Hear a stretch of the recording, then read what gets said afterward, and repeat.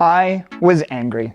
Face flushed, hands shaking, pulse pounding, rage. Can you identify with that description? Have you been there? Hi, I'm Coach John Winkelman, and we're looking at what it takes to win today over anger. When rage is overtaking us, what do? That's what we want to talk about for the next few minutes. For this discussion, turn with me to Psalm 4, verse 4, and let's read this together. Be angry and do not sin. Ponder in your own hearts on your beds and be silent. Selah. We're going to work our way through this verse one small bite at a time. Let's begin with the first two words. Be angry. By saying those words to you, be angry, what am I saying? I am giving you a command to get mad, right? That's exactly what this verse is doing. It is a command to be angry. Why?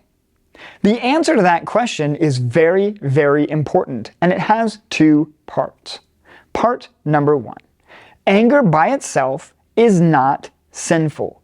Would you say that with me, please? Anger by itself is not sinful.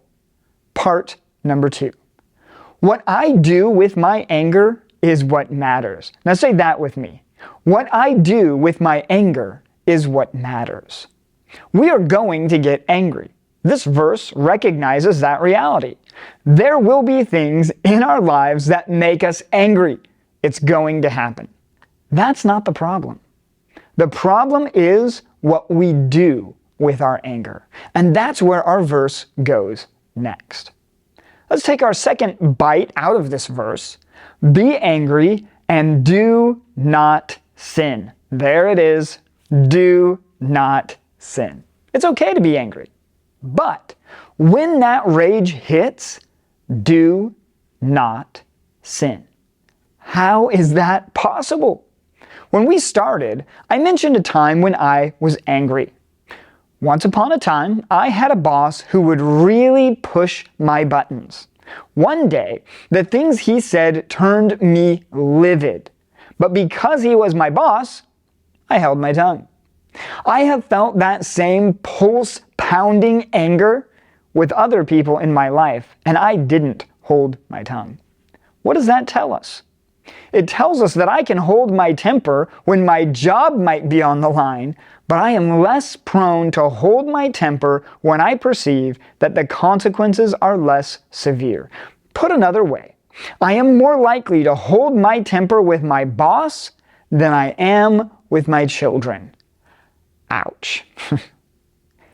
If we want to win today over anger, we have to realize that when we speak in anger, it always does damage.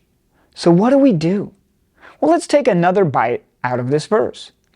Be angry and do not sin. Ponder in your own hearts on your beds. Ponder in your own hearts on your beds. When we get angry, we stop and think. We may not always be able to go lie down on our bed, though that would be very nice, but we can always take a breath or two or 10 and think before we respond. Now, let's take our final bite out of this verse. Be angry and do not sin. Ponder in your own hearts on your beds and be silent. Selah. Be silent. Raise your hand if being silent is hard for you. I'm raising both of my hands because it is really hard. But this is what we need if we're going to win over anger. Let's make this really practical with today's challenge. Next time we feel ourselves getting angry, let's do this. Say nothing. Take 10 deep breaths. Think before responding. If we do this, we can win today over anger.